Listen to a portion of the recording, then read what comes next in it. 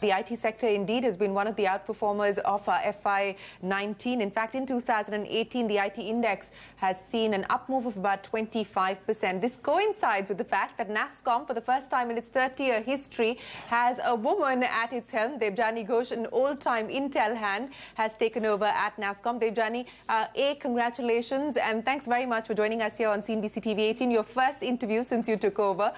So it's an absolute pleasure. Let me start by asking you about the outlook as far as the sector is concerned. The NASSCOM guidance for FY19 at about 7 to 9%. This is higher than the 7 to 8% that you had guided for FY18. Do you continue to feel that the sector will be able to deliver on this, given what you are seeing today? Yeah, you know, the most exciting thing about this industry right now, and the sector right now, is that we have ahead of us opportunities that we have never seen before. Technology is today pervasive. It touches everything. It touches every single industry. It touches every single country. It's shaping not just the future and destiny of companies, it's shaping the destiny of countries, of nations. The need for services, tech services, the need for tech solutions, the need for IT to get integrated into your business strategy is tremendously high. We've never seen anything like this. I'm a strong believer that the opportunities ahead of this industry it's just tremendous. It's game-changing. It can rewrite this entire industry. Now, of course, in order for us to leverage these opportunities, we have to transform.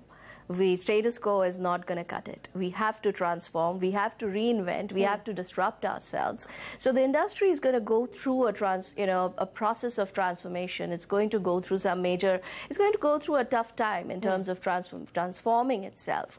But I think this industry is going to come out of it even stronger than what it had before. So what do you anticipate? You said that it is going to continue to be tough times for Indian IT as they try and pivot themselves into much more digital services. You know, how long do you expect that transition to take place? And B, you know, what kind of investments are we talking about? When we talk about reskilling, for instance, which is going to be the #1 challenge as Indian IT moves towards this digital service model, what is the sort of spends that we're expecting? I mean, first of all, I don't think I can predict when the transformation is going to end. Sure. But this is a mega transformation, right? And we are seeing the changes happening as we speak. We are seeing companies change their business models. Today, I mean, I'll go back to 2016. I think the digital revenue, which is coming from the new business, was around 14%.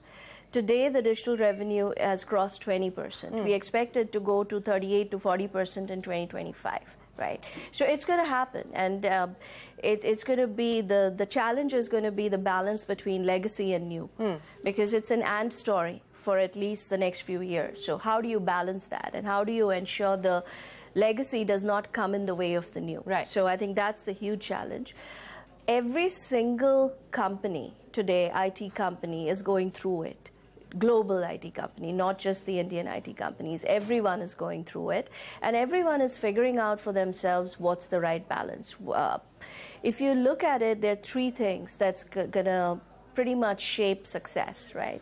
First is talent. I mean, talent is going to define your competitive advantage in the future, and there's no doubt about it. So talent is going to become critical. You talked about the investment in skilling. I don't have an official number to quote here, but I do know that every single company pretty much has made a job one. Okay. It's one of their biggest priorities. The second thing that you will see is capabilities in new technology.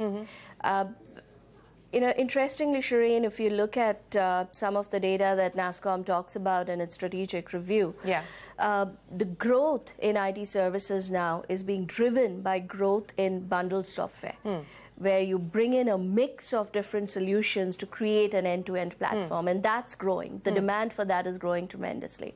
The third part of it is going to be the strategic partnerships, the mergers, the acquisitions. You see that? You see consolidation of domestic companies, or do you believe that MNCs, for the lack of a better word, global large IT giants coming and making a play here in India, picking up assets here in India, or collaborating in India? What I see right now, if you look at all our companies, the Indian MNCs, and they are Indian MNCs with footprint in more than 80 countries. Outside of India. We can't keep calling them Indian companies. They're Indian. They're global MNCs, right? Yes. And we should be very proud that their origin is India.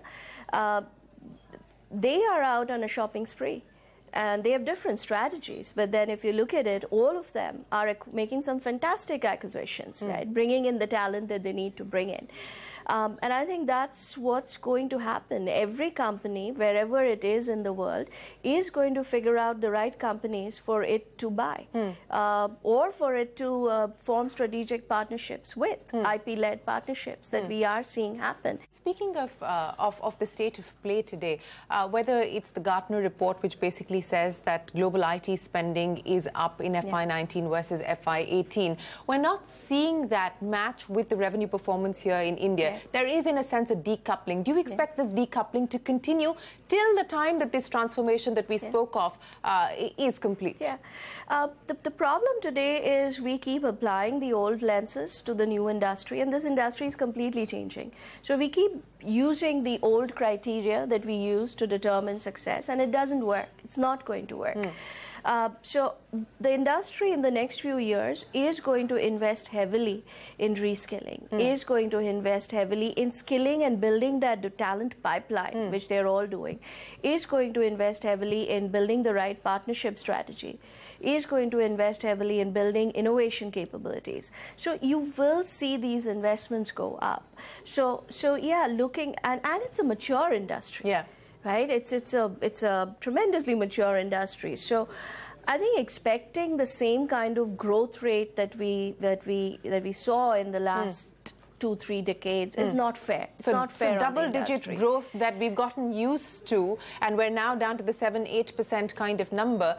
You're saying that this is now a realistic expectation to have. I think Forget the days of the double-digit growth. For the transition, this is a very good growth rate. It's a very healthy growth rate, right? But in the future, who knows?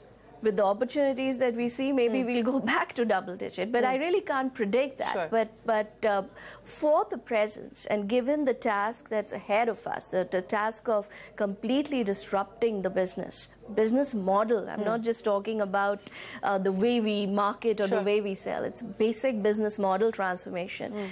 I think the kind of growth that we are seeing and the kind of performance we are seeing feels healthy. There has been a decoupling as companies have started to grow. You're hiring less. And as we move towards more AI, that trend is perhaps going to continue. So what is a realistic expectation then in terms of the way that this industry, which has been a big hirer, is going to operate? You know, I think we've done a fabulous job creating jobs, right? But I think going forward, because of the way technology is advancing and because it's bringing with it new ways of doing business, it's bringing with it disruptions in the business model, it's not going to be about how many people you hire, but it is going to be about the kind of people that you have, the kind of talent that you have, what the talent is capable of. I think what we will be looking at in terms of figuring out strength of companies is, again, the innovation quotient rather than how many people do they have. Their ability to innovate is going to be critical. So, again, you know, honestly, I don't think anyone's figured out what the new lens is going to be and what are the new criteria, but we know that the old criteria is not going to apply. But what is the kind of attrition that we should expect? I mean, is it going to be in the 1 to 5% kind of range, which is what we've seen, you know, most companies doing between 2 and 3%? What is the kind of attrition that you expect? Immediately, I don't see that change much. I think we're still, this year we've said that we're still going to hire around 100,000 people, which is what we hired last year, net. So that's not going to change. Going forward, again, it depends on, but the reason I can't give you a number right away is because it depends on our ability to create new jobs. It depends on our ability to reskill people for the new jobs. I mean, NASSCOM has been working with BCG to look at what are the technologies that will have the most immediate impact on job creation, right? So we've identified 9 technologies, and IoT is the lead technology, no surprise there. That's going to create new jobs, 55 new jobs that are getting created by just these 9 technologies. And we haven't even got blockchain in the list. We're going to add it. But so 55,000 new jobs, you 55 mean? new job roles. Not okay. No, job roles, right? So this is huge. And if you just look at the last 10 years, Uber drivers didn't exist. You know, social media managers didn't exist. So with every industrial revolution, you do have displacement of jobs. Everyone, starting from the first one.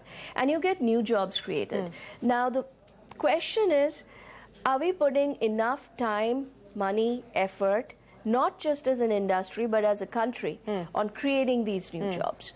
Are we obsessing too much about job losses and, you know, keep bringing up that story, or are we talking about what does the government have to do, what does the industry have to do, what does academia have to do? They have a huge role to play in this.